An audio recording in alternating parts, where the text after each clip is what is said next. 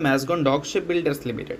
अब दोस्तों पिछले कुछ टाइम में मैज़गॉन से रिलेटेड लगातार एक क्वेरीज आ रही है कि मैज़गॉन लगातार वीक परफॉर्म क्यों कर रहा है, इसके पीछे के रीजंस क्या हैं। क्योंकि अब तक अगर हम देखें इसको 52 वीक हाई से तो गिरावट कितना लगभग 26% तक हमें देखने को मिल चुकी है। तो ये गिरावट हमें क्यों दिख रही है? तो देखो दोस्तों, सबसे पहले एक चीज़ क्लियर कर लो कि सिर्फ मैज़गॉन ही वीक परफॉर्म नहीं कर रहा है।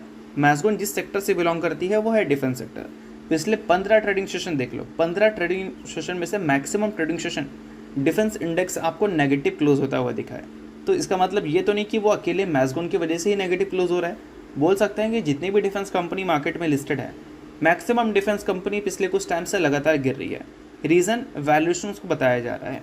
अगर डिफेंस इंडेक्स के वैल्यूएशन की बात करें, उसके इंडस्ट्री की पी की बात करें, तो वो कितना दिखता है अभी के टाइम पे? इतनी गिरावट होने के बावजूद है 53 का।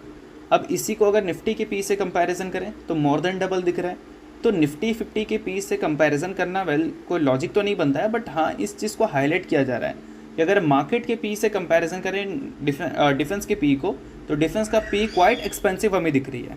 तो इस वजह से वैल्यूएशंस करेक्ट होता हुआ दिखा है पिछले कुछ टाइम में। तो इन्हीं सारे कारणों की वजह से क्या है कि मैज़गॉन जैसी कंपनीज पिछले कुछ टाइम में लगातार वीक परफॉर्म करती हुई दिख रही है। और दोस्तों अगर मैज़गॉन के नंबर्स की बात करें तो पिछले कुछ क्वार्टर्स में एक चीज़ आपको देखने को मिलेगा कि Q4 में जो कंपनी ने रेवेन्यू रिपोर्ट किया था वो काफ़ी इंटरेस्टिंग थे।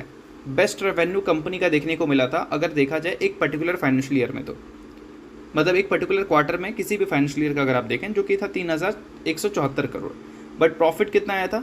325 करोड़। इसका रीज़न कंपनी ने मेंशन किया था कि प्रॉफिट इसलिए गिरा क्योंकि कंपनी का वन टाइम प्रोविज़न इंक्रीज़ हुआ था। तो चलो इस चीज़ को मार्केट ने एडजस्ट कर लिया था गिरावट के बाद, बट सेम चीज़ हमें Q1 में भी देखने को मिल गया। तो इन सारी कारणों की वजह से क्या है कि कंपनी के जो EPS हैं वो हमें काफ़ी तेज़ी से नीचे जाते हुए देखने को मिले थे। और अर्निंग्स आने से पहले इस कंपनी का जो वैल्यूएशन था वो स्टेबल था, बट किसी कंपनी के जब EPS नीचे चले जाते हैं तो वैल्यूएशन में एक तेज़ी हमें देखने को मिल जाती है।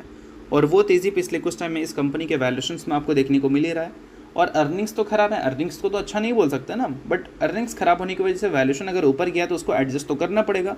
तो उन्हीं सारे कारणों की वजह से क्या है कि पिछले कुछ टाइम में मैज़गॉन लगातार आपको वीक परफॉर्म करती हुई दिख रही थी। बाकी ये सारी चीज़ों को किसी भी तरह का गारंटी की तरह लेने की ज़रूरत नहीं है। सभी चीज़ें मैंने आपको डेटा के बेसिस पर बताई है। इसके बेसिस पर आप रिसर्च और एनालिसिस कर सकते हैं।